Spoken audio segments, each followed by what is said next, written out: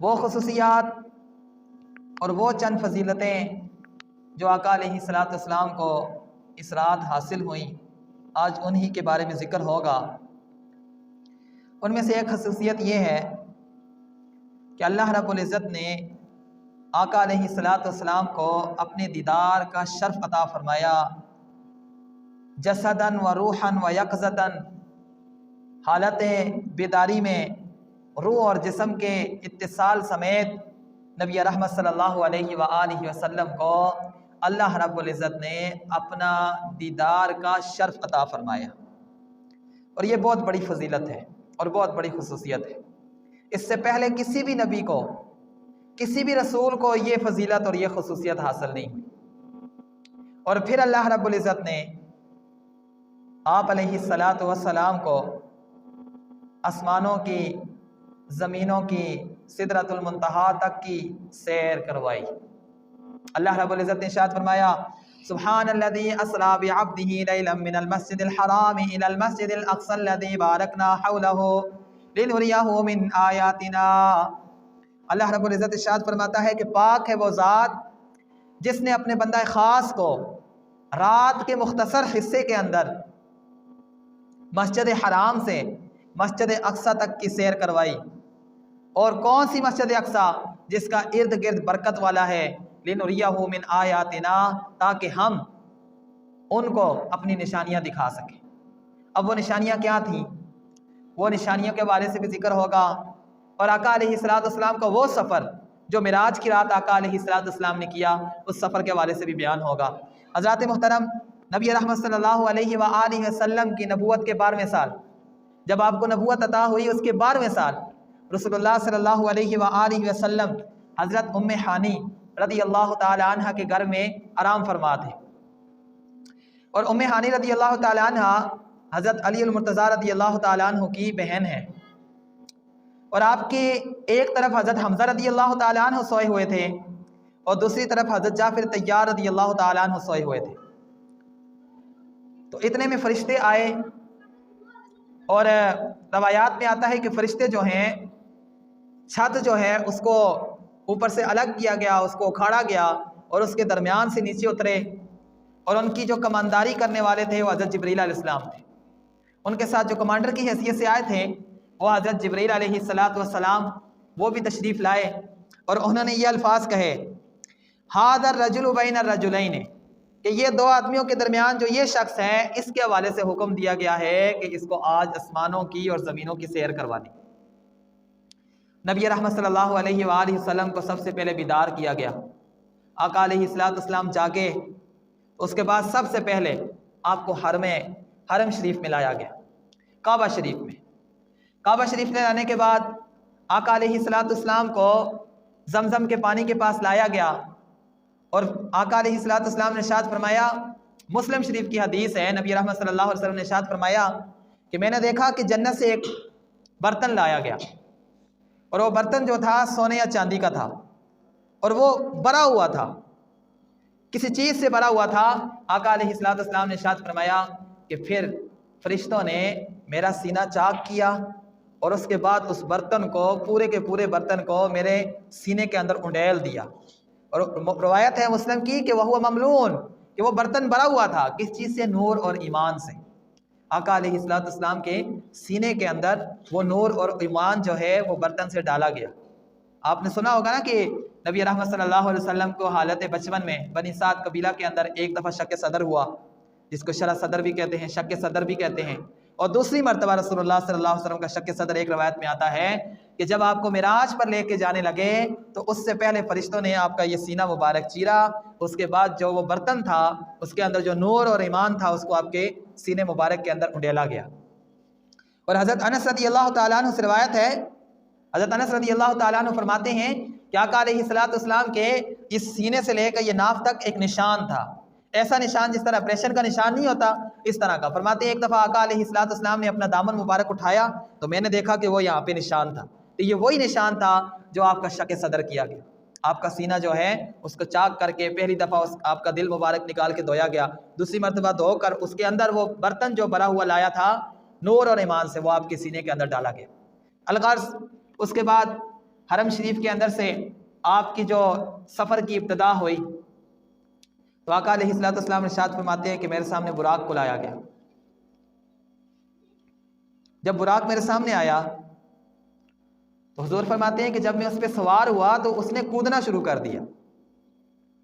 اچھلنا شروع کر دیا۔ تو حضرت جبریل علیہ السلام نے اس کو کہا کہ ٹھہر جا، رک جا۔ اب وہ خوش ہو گیا، اس خوشی کی وجہ سے وہ جو اس کو جذبات اور نبی پاک صلی اللہ علیہ وسلم کا اس کے جسم مبارک پہ بیٹھنا، اس وجہ سے اس نے کودنا شروع کر دیا، ادھر ادھر چھلانگ لگانی شروع کر دی۔ تو جبریل علیہ السلام نے اس کو کہا کہ آرام سے کھڑا ہو جا، تجھ پر محمد عربی صلی اللہ علیہ وآلہ وسلم، محمد رسول اللہ صلی اللہ علیہ وسلم، اللہ کے آخری نبی وہ تشریف فرما ہے۔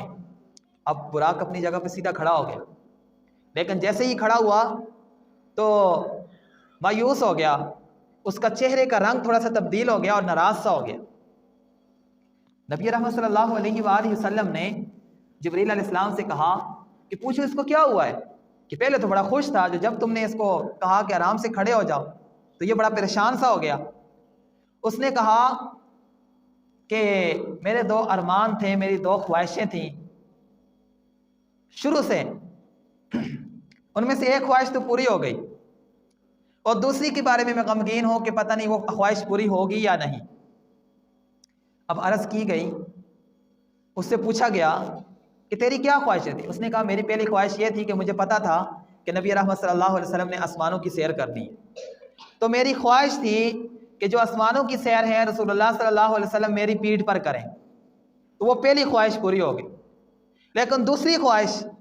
وہ یہ ہے کہ کل قیامت والے دن نبی رحمت صلی اللہ علیہ وآلہ وسلم نے جب میدان حشر میں اپنی قبر سے میدان حشر میں جانا ہے تو میری خواہش ہے کہ کل بھی میں ہی جاؤں، میں ہی رسول اللہ صلی اللہ علیہ وسلم کو میدان حشر تک لے کے جاؤں۔ آقا علیہ الصلوۃ والسلام نے جب یہ بات سنی تو رسول اللہ صلی اللہ علیہ وسلم نے دعا کی، یا اللہ اس براق کی مجھ سے محبت ہے تو میں تجھ سے دعا کرتا ہوں کہ کل قیامت والے دن جو اس نے حشر کا سفر کرنا ہے وہ بھی میری پیٹھ پہ کرے۔ اب دعا قبول ہو گئی۔ جب دعا قبول ہوئی وہ خوش ہو گیا، رسول اللہ صلی اللہ علیہ وسلم کے چہرے کا مبارک کا رنگ جو ہے تبدیل ہو گیا، حضور صلی اللہ علیہ وسلم کے چہرے پر خفان نظر آنا شروع ہو گیا، حضور تھوڑا ناراض سا ہو گئے۔ جبریل علیہ السلام نے عرض کی، یا رسول اللہ صلی اللہ علیہ وسلم آپ کیوں ناراض ہو گئے ہیں، آپ کیوں پریشان ہیں؟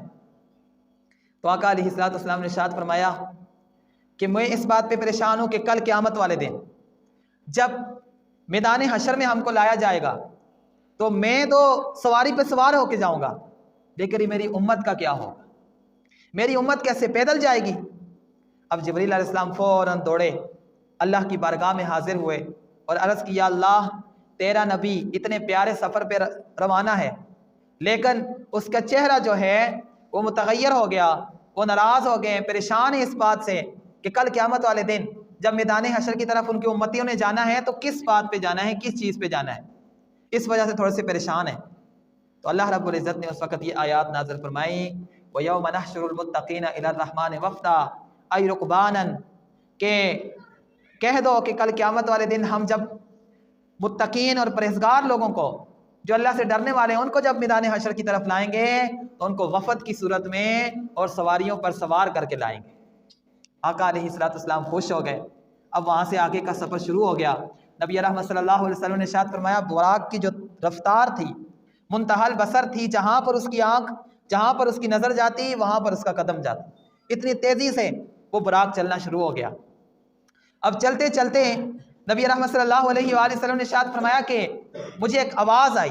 میں نے آواز سنی اور آواز کیا تھی، اللہ رسلک یا محمد صلی اللہ علیہ وآلہ وسلم، اے محمد صلی اللہ علیہ وسلم رکیے۔ حضور صلی اللہ علیہ وسلم نے دیکھا تو ایک خوبصورت اور حسین قسم کی ایک عورت کھڑی ہے۔ آقا علیہ الصلوۃ والسلام نے انتظار نہیں کیا، چلنا شروع کر دیا، لیکن جبریل سے پوچھا کہ یہ کون ہے جس نے مجھے آواز دی؟ تو جبریل علیہ السلام نے آگے سے پوچھا کہ آپ یہ بتائیں کہ جب اس نے آواز دی آپ کھڑے ہوئے یا نہیں ہوئے؟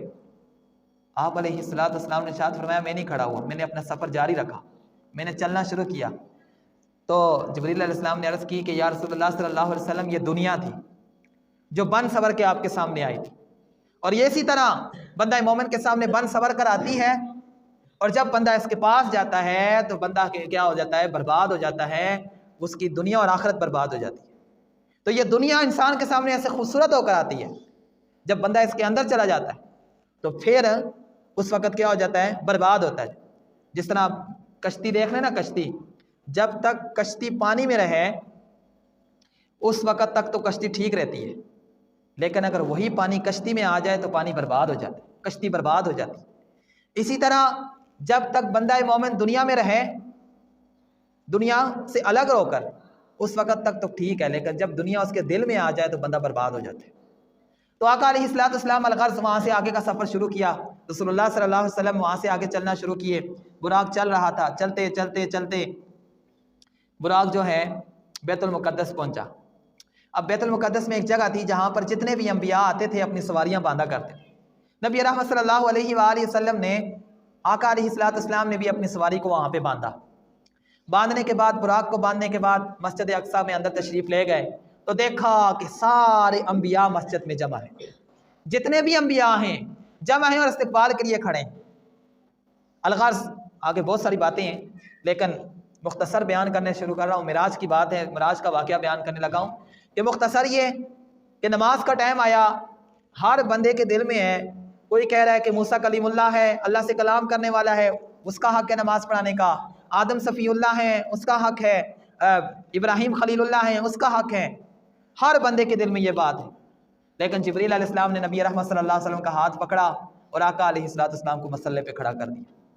اور اس دن کے بعد سے آپ کو امام الانبیاء کہا جانے لگا۔ کیا آپ امام الانبیاء یعنی نبیوں کے بھی امام،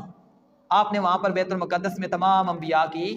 جماعت کروائی اور تمام انبیاء کو نماز پڑھائی، تو اس وجہ سے رسول اللہ صلی اللہ علیہ وآلہ وسلم کو امام الانبیاء کہا جاتا ہے۔ اب آقا علیہ السلام نے وہاں سے سفر شروع کیا